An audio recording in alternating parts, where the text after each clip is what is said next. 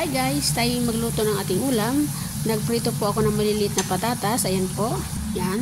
At meron akong minarinate na manok. At kasama po ang puso, minarinate ko sa toyo. At saka sa 7-up. Yan.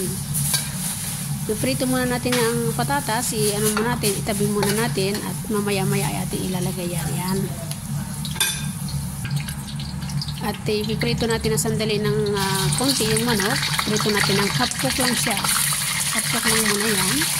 Ipiprito nga muna. At para po magkaroon siya ng brown konti. Yan. So yan po ang ating minarinate na manok sa 7-up at sa paminta at toyo po.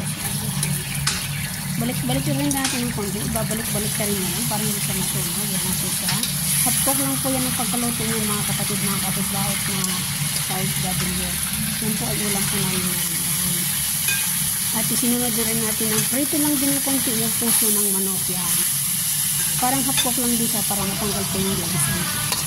Yan, tapos na. Tapos na ating pag-prito-prito. Mag-ano naman po tayo dyan. Magigisa po tayo. Yung pong pinagbabara natin, hindi po natin yung itinapon na yan po. Magpiprito tayo ng sibuyas at bawang. Sa ating pong pinagprituhan lang din. Ano po siya? Sige lang. Ano mo lang, sangkotsyang mo lang hanggang sa maluto yung sibuyas niya at bawang. Ano po siya? Isunod na natin yung pinirito natin na half cook na manok kanina. Yan po siya. Kaya ko po pinirito yung para po mag-brown siya at mawala po yung lansa. So, ang tawag po sa aking luto na yan ay sinasyahang manok, puso ng manok din. Ayan po, sinunod din na rin yung puso ng manok. Ayan po siya. Binisa na natin din sa sibuyas at bawang. Sinunod din na rin yung patatas na pinirito natin kanina. Ayan po siya. Halo-haloin lang natin para mag-mix-mix. Mikos-mikos lang. Ayan na po yung sabaw ng pinagbabarang ko kanina, yung minarinate ko.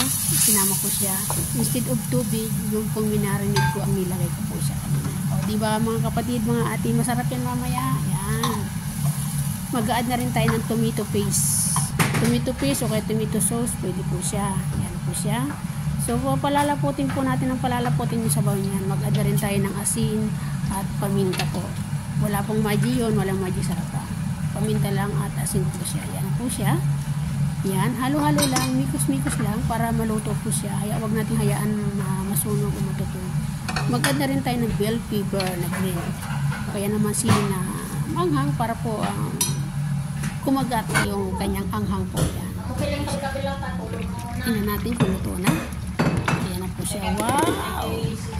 Ang sarap na yan. Mapapadami na naman ang kain at mawawala ang diet.